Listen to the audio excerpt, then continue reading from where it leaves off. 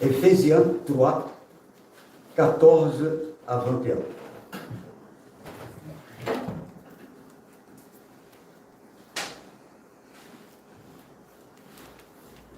Éphésiens 3, 14 à 21. Particulièrement, c'est une des prières la plus profonde pour moi. Voilà pourquoi je plie les genoux devant le Père de notre Seigneur Jésus-Christ, de qui toute famille dans le ciel et sur la terre tient son nom. Je prie qu'il vous donne, conformément à la richesse de sa gloire, d'être puissamment fortifié par son esprit dans votre être intérieur, de sorte que le Christ habite dans votre cœur par la foi. Je prie que vous soyez enracinés et fondés dans l'amour, pour être capable de comprendre avec tous les saints quelle est la largeur, la longueur, la profondeur et la hauteur de l'amour du Christ, et de connaître cet amour qui surpasse toute connaissance, afin que vous soyez remplis de toute la plénitude de Dieu. À celui qui peut faire, pour la puissance qui agit en nous, infiniment plus que tout ce que nous demandons ou pensons, à lui soit la gloire dans l'Église et en Jésus-Christ pour toutes les générations, au siècle des siècles. Amen. Amen. Je vous invite à la prière. Seigneur, devant toi, devant ta sainte parole, nous te demandons ta grâce. Nous te demandons que par ton esprit, nos cœurs soient ouverts, notre intelligence, que nous puissions la comprendre, la retenir et aussi la mettre en pratique. Éclaire-nous. Nous t'en prions dans le bon nom de Jésus. Amen. Si vous pouvez, laissez vos Bibles ouvertes ou vos portables pour suivre ces textes. Nous sommes toujours dans l'exposition de cette épître, de cette lettre. Et aujourd'hui, je voudrais partager avec vous 3 aspects de la prière de Paul pour l'Église d'Éphèse. En fait, il s'agit d'une prière afin que les Éphésiens puissent être puissamment fortifiés selon la richesse de la gloire de Dieu, selon le verset 16. Ce verset 16, il est très intéressant parce que cette expression,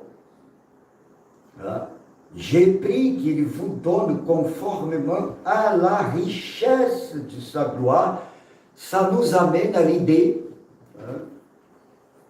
de quelqu'un qui a accès au coffre de toute richesse du roi. Tout palais, avant, il avait un lieu secret où s'y gardait la richesse de l'empire, la richesse de l'empereur, la richesse du roi. L'or, machin. L'idée du Paul, ça passe par là. La prière, par la prière, nous avons accès au trône de la grâce de Dieu. Ça veut dire que nous avons accès à toute richesse spirituelle de Dieu. Dieu nous donne le privilège d'accéder à ces richesses.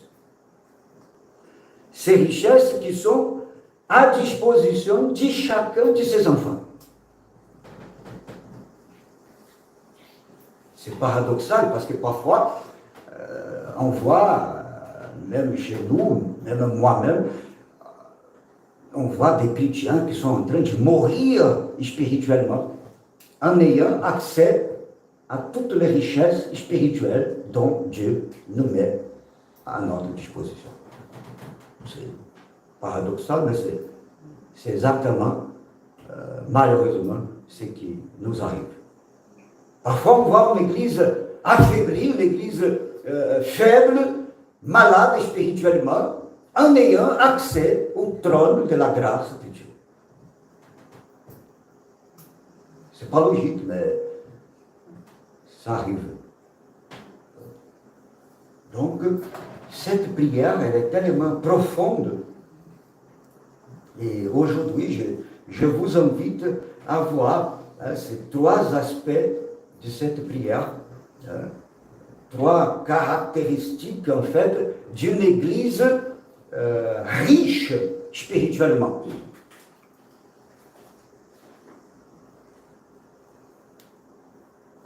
Il y a beaucoup de caractéristiques ici dans ce texte, mais on n'a pas du temps, sauf si vous voulez rester ici jusqu'à 15h. Je vais faire une exposition plus détaillée. Mais la première caractéristique d'une église riche spirituellement, il s'agit d'une église qui va s'enrichir spirituellement à travers des leaders de prière.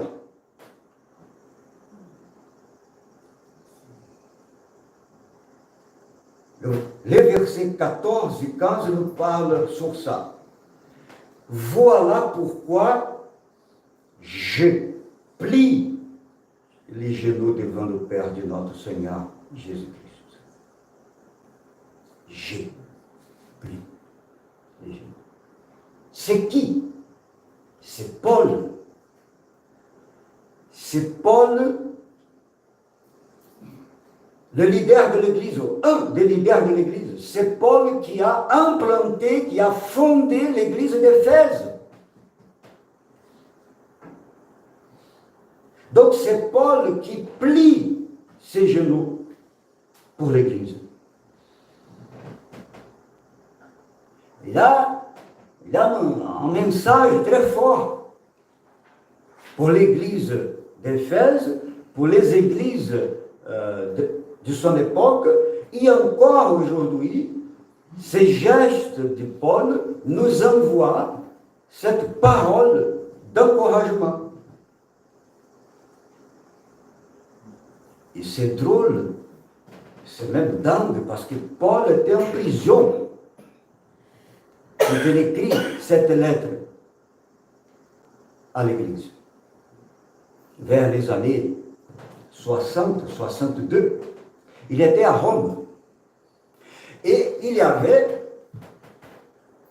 au moins un soldat attaché, enchaîné à Paul. C'est pas l'inverse.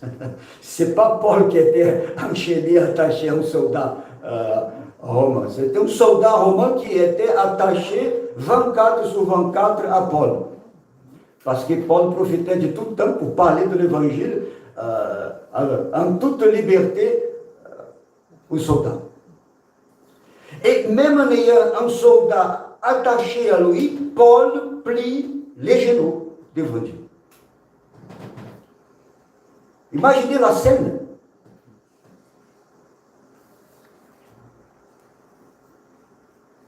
L'apôtre Paul en demandant, excuse-moi, mais c'est le moment de ma prière.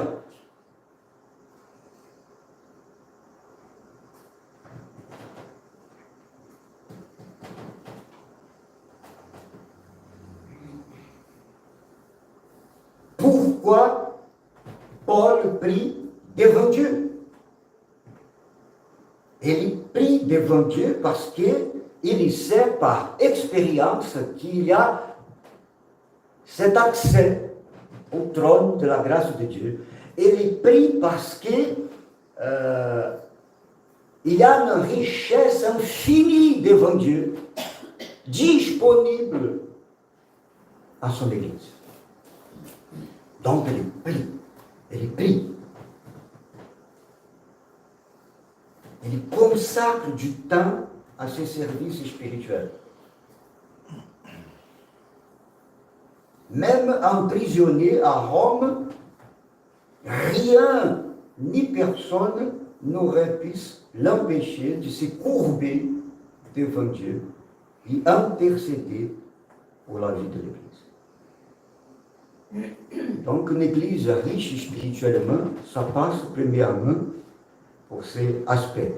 Il faut que les anciens, les pasteurs, tous les leaders de l'Église, les responsables de l'Église, soient d'hommes et de femmes qui prient, qui intercèdent pour l'Église.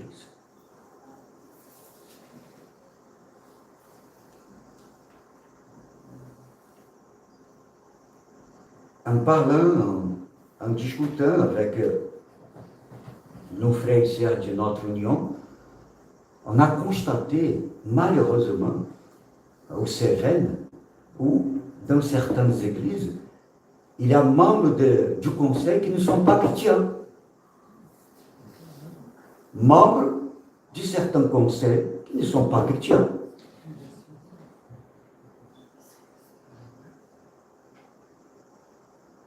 Il n'y a pas de sens. Aucun sens. Comment un impie va être au conseil de l'Église pour accompagner le troupeau du Seigneur? L'Église n'est pas l'association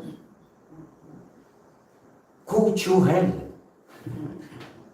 Et même une association culturelle chez nous, il faut que nous ayons des personnes chrétiennes. Comment grandir spirituellement?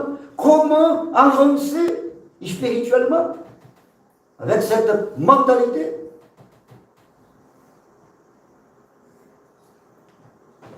Voilà, chers frères et sœurs, une église riche spirituellement à travers des leaders bibliques.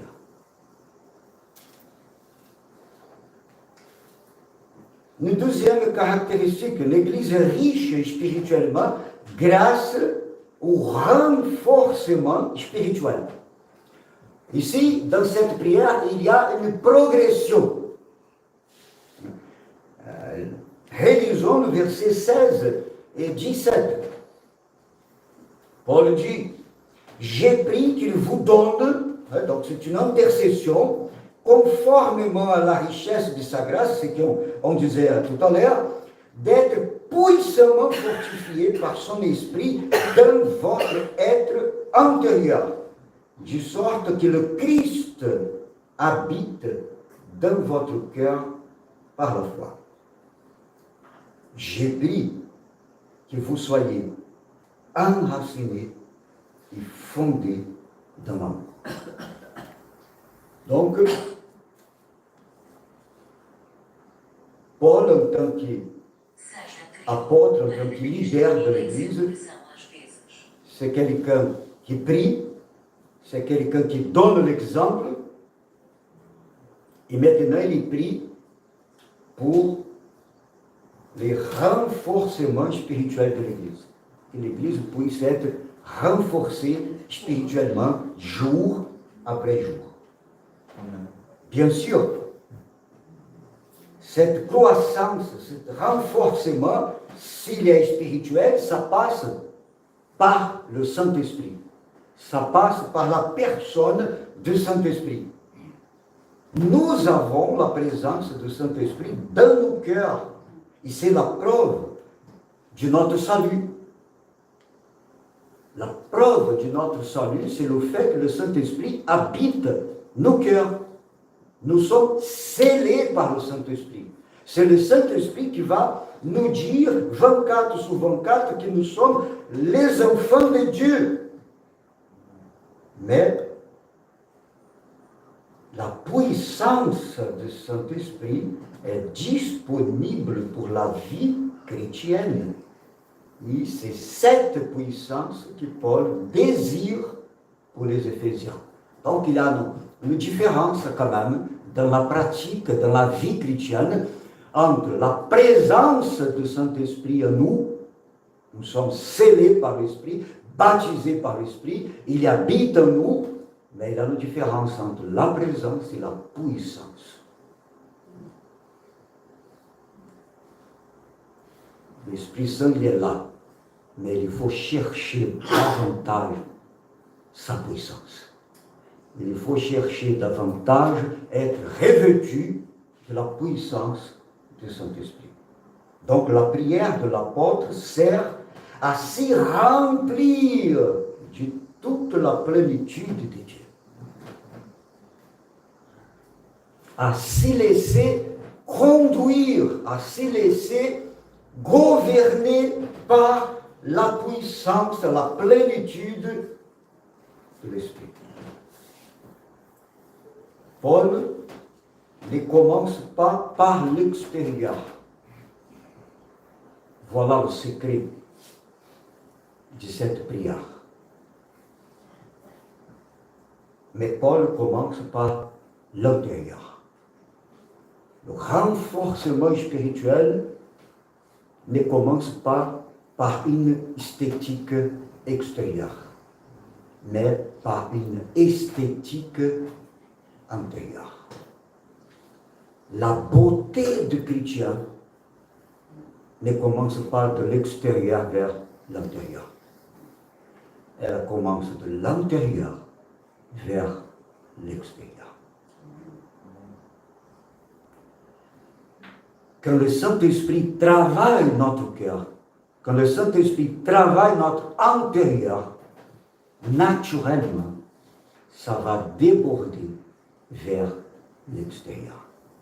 Si on essaie toujours de construire une vie chrétienne basée que par l'aspect l'extérieur, on risque de créer une vie chrétienne masquée. Il faut se laisser conduire par l'Esprit. Il faut se laisser gouverner par l'Esprit. Paul dit, je lui demande que selon la richesse de sa gloire, il fortifie votre être intérieur par la puissance de son esprit. Quel verset! Quel verset! C'est-à-dire, la richesse de la gloire de Dieu, comme on disait tout à l'heure, est disponible pour son Église, pour qu'elle soit bien renforcée spirituellement, dans le but de glorifier le nom du Seigneur et d'avoir un impact positif sur la société. Paul ici n'est pas concerné premièrement par l'apparence, les circonstanciels, l'esthétique, la forme ou la performance extérieure, mais par l'homme intérieur, né en Jésus-Christ. Son intercession consiste à renforcer le pouvoir des frères et sœurs, mais avec la puissance du Saint-Esprit. C'est-à-dire qu'il ait le cœur affermi, le centre de la vie humaine.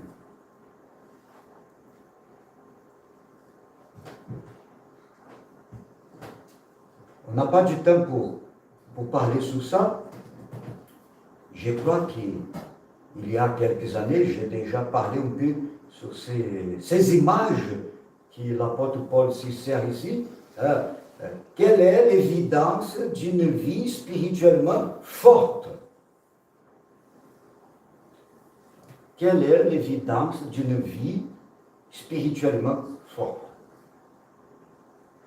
La méthode biblique chrétienne permet d'édifier notre résistance de notre homme intérieur par l'action du pouvoir du Saint-Esprit.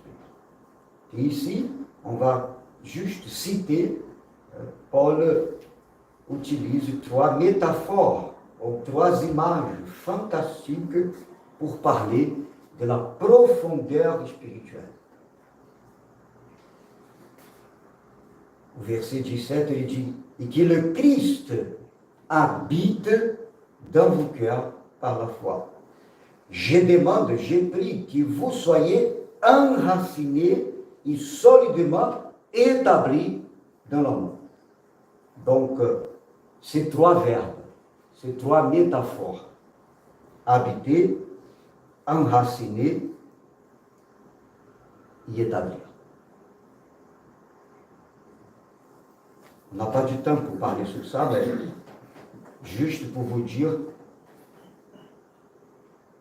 sur la première image, cette image qui vient de l'habitation, hein, habiter. Le verbe habiter signifie littéralement s'établir et s'y sentir chez toi. Il n'y a rien de mieux que d'être chez nous. Il n'y a rien de mieux.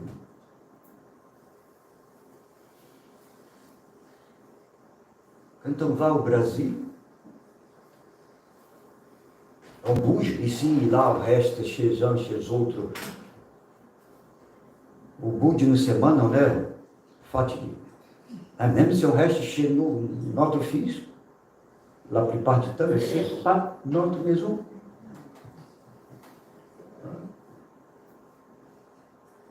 Le meilleur, c'est de se sentir chez toi. Chez nous. Donc, l'idée, c'est que Christ puisse habiter en nous de telle manière qu'il puisse se sentir chez lui. À l'aise pour agir, à l'aise pour intervenir, à l'aise pour ouvrir le frigo, à l'aise pour balayer notre cœur qui parfois a besoin d'être balayé. À l'aise pour nettoyer les fenêtres. À l'aise. Voilà l'idée. Que Christ habite en vous. Il est là, mais qu'il puisse vraiment se sentir à l'aise pour agir. Par son esprit.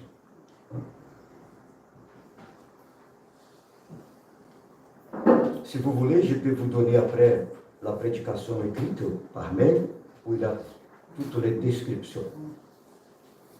La troisième caractéristique, la dernière, dont je vais parler aujourd'hui, c'est une église riche spirituellement.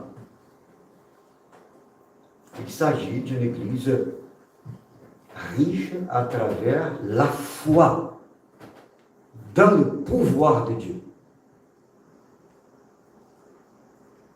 Regardons les derniers versets, les versets 20 et 21.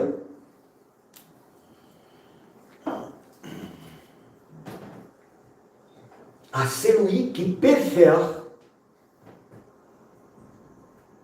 observons qu'il est devant le trône de la grâce de Dieu. Paul, il est à genoux devant le Seigneur. Donc à celui qui peut faire, par la puissance qui agit en nous, quelle est la puissance qui agit en nous? Son esprit.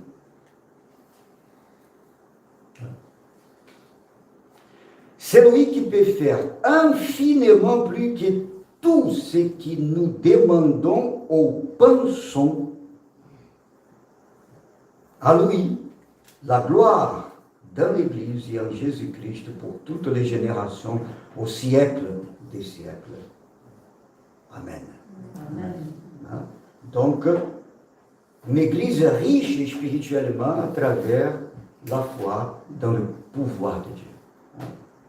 Quand nous nous mettons à genoux devant Dieu, il faut avoir tout ça dans la tête, dans nos cœurs. C'est lui qui peut faire infiniment, qui peut aller au-delà de ce que nous demandons, de ce que nous pensons. Dieu peut le faire. Si l'Église est dans la bonne voie, si l'Église est en conformité avec la volonté de Dieu, si l'Église fait les prières de Dieu, l'Église va pouvoir goûter, profiter de toute richesse que Dieu dispose à son peuple. Mais, il y a une question que nous sommes presque obligés de la poser. Pourquoi Dieu partage-t-il sa puissance avec nous? L'idée, elle est là. Cette puissance, elle est disponible à son Église, à son peuple, à chacun d'entre nous. Mais, pourquoi Dieu partage-t-il sa puissance avec nous?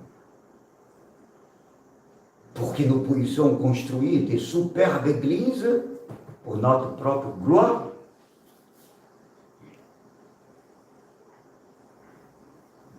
Pour que nous puissions nous glorifier de nos propres œuvres? Bien sûr que non. Bien sûr que non. Le texte nous dit, à lui la gloire dans l'Église. Le verset 21. À lui la gloire dans l'Église. Dieu veut verser sa puissance dans son Église pour sa propre gloire. Pour que Dieu puisse être glorifié par son Église. En fait, l'Esprit de Dieu a été donné pour glorifier le Fils de Dieu. L'Église sur la terre a pour mission de glorifier le Fils de Dieu. Ainsi, si notre but est la gloire de Dieu dans l'édification de son Église, alors il partagera sa puissance avec nous. La puissance de l'Esprit n'est pas un luxe, c'est une nécessité, c'est un besoin. Pourtant, si nous croyons en Dieu et à son pouvoir, nous ne pouvons pas douter qu'il peut utiliser nos vies dans son travail, nos talents et nos ressources financières, et etc. Et etc. Pour terminer, frères et sœurs, j'ai prié à Dieu afin qu'il nous donne de sa richesse spirituelle et que nous puissions ouvrir notre cœur au Saint-Esprit, en priant avec Paul pour les renforcements spirituels de nos vies et de notre Église, pour la force de l'homme intérieur, pour un amour plus profond, pour une compréhension spirituelle de sa volonté et pour une plénitude spirituelle. C'est presque ma dernière prédication chez vous. Voilà. La dernière, ça sera le 20 juillet. Donc, j'ai pris pour ça, que vous puissiez continuer à chercher davantage le Seigneur. J'ai pris aussi au Seigneur pour qu'il puisse vous garder unis et fortifiés dans cette transition pastorale, afin que l'Église d'Allo avance davantage avec la grâce puissante du Saint-Esprit. Dieu vous bénisse. Dieu nous bénisse. Amen.